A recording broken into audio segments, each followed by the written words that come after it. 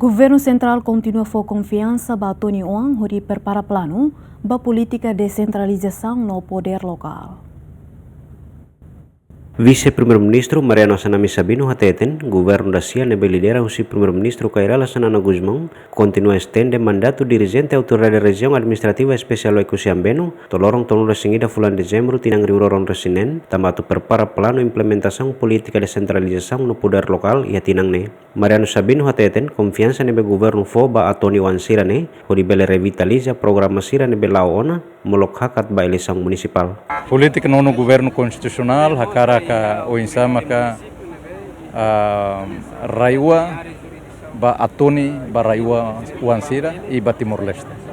Tamane maka confiança tomak fo ona ba raiwa Wansira, Atoni Wansira para tu halibur consolida hamutu e sempre reforçamos Timor-Leste si município sira selu hamutu kanaba. Mas be liderança topo e tanoi kata mantém ba Atoni Wansira, Raiwa Sira matu lidera. Tidak nema político no governo constitucional.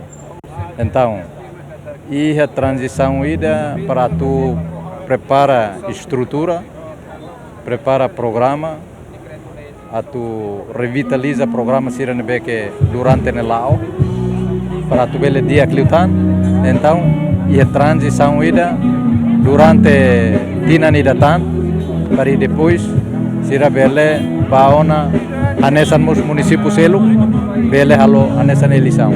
Foi na laisne Primeiro-Ministro mos orientaou na Ministério da Administração Estatal atu halo levantamento ba condição sira nebe mak iharewa. Tamatui relatório preliminário ba avaliação condição mínima hatudo município 5 hetan muito bom no município hitu mak hetan bom atu hakat ba eleição municipal. Antes ne helorong ronro sing hitu bulan agosto chefe governo Kairala Sanana Guzmão Rasik maka apresenta projeto resolução governo nian tolo kona barraewa makanesan dissolve comissão executiva Z2 exonera ex-presidente autoridade Raewa Rogério Tiago Lobato no membro autoridade Raewa no mos nomea estrutura provisória fong ida hodi garante continuidade administração nian hahui lorong ida fulang stem rutin ang riuroron resin 5 Simang Ximenes Pemimpin Ximenes GMN.